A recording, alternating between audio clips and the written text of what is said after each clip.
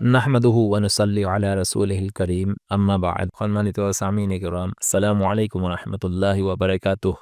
পবিত্র রমজান মাহৰ সেহৰিৰ সম্পৰ্কে যি ফজিলত আছে এই সম্পৰ্কে এটা হাদিস হযৰতে আনাস ৰাদিয়াল্লাহু তাআলা আনহুৰ পৰা বৰ্ণিত আছে যে রাসূলুল্লাহ সাল্লাল্লাহু আলাইহি ওয়াসাল্লামে ফরমাইছে তাসাহহারু ফা ইন্না ফিস সাহুরি বারাকাতান আও কামা ক্বালা আলাইহিস সালাতু ওয়াসসালাম। তো হাদিস মুত্তাফাকুন আলাইহি হয়, অর্থাৎ বুখারী আৰু মুসলিমৰ হাদিস হয় যে সেহৰি খোৱাটো সুন্নত হয় আৰু যদিহে কাৰোবাৰ এই সেহৰিৰ সময়ত ভোক নালাগে তথাপিও দুটা বা তিনটা খেজুৰ হলেও খায় বা সেয়াও নহলে এগিলাচ পানী হলেও খাই পেলাই যাতে সেহৰিৰ যিটো ফজিলতৰ পৰা আমি যাতে মাহৰুম নহওঁ, কিয়নো আল্লাহৰ নবী সাল্লাল্লাহু আলাইহি ওয়াসাল্লামে ফৰমাইছে যে সেহৰি খোৱাটো এটা বৰকতৰ কাম হয়। বহুত মানুহৰ এইটো প্ৰশ্ন যে সেহৰি কোন সময়ত খাব লাগে। দেখক যে সেহৰি যিমান তাখিৰ কৰা হ'ব, দেৰিকে খোৱা হ'ব, সেই তাখিৰ কৰাটো মুস্তাহাব হয়। ফুকাহায়ে কেৰামে সেহৰিৰ ওয়াক্তৰ সম্পৰ্কে লিখিছে যে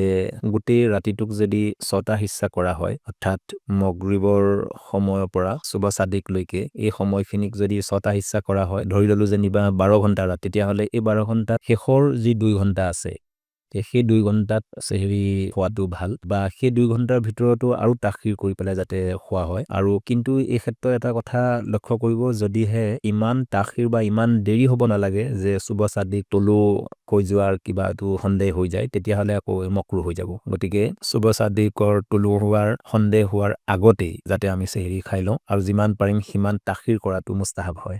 কোনো মানুহৰ আকৌ এইটো প্ৰশ্ন আহে যে সেহৰি খোৱাৰ ক্ষেত্ৰত বা ৰোজা ৰখাৰ ক্ষেত্ৰত কিবা নিয়ত আছে নেকি। দেখক যে সেহৰি ৰোজা ৰখাৰ নিয়তেৰে সেহৰি খাই লোৱাটোৱেই ৰোজাৰ নিয়তত চুমাৰ হৈ যায়। আলবাত্তা ৰোজাৰ কাৰণে বা সেহৰিৰ কাৰণে কোনো নিৰ্দিষ্ট নিয়ত হাদিসৰ দ্বাৰা সাবিত নাই আৰু ফাতৱাই হিন্দিয়া বা দুৰুল মুখতাৰ ইত্যাদি ফাতাৱাৰ কিতাবত এইটোৱে লিখিছে যে যি নিয়ত কৰি পেলাই সেহৰি খোৱা হ'ব, অৰ্থাৎ ৰোজাৰ যে নিয়ত কৰি পেলাই যে সেহৰি খোৱা হ'ব, এইটোৱে ৰোজাৰ নিয়ত হৈ যায়। গতিকে আল্লাহ তবাৰক তাআলাই আপোনাক মোক কোৱাৰ শুনাতকৈ বেছি আমল কৰিব তৌফিক দান কৰক। আসসালামু আলাইকুম ওয়া ৰাহমাতুল্লাহি ওয়া বাৰাকাতুহু।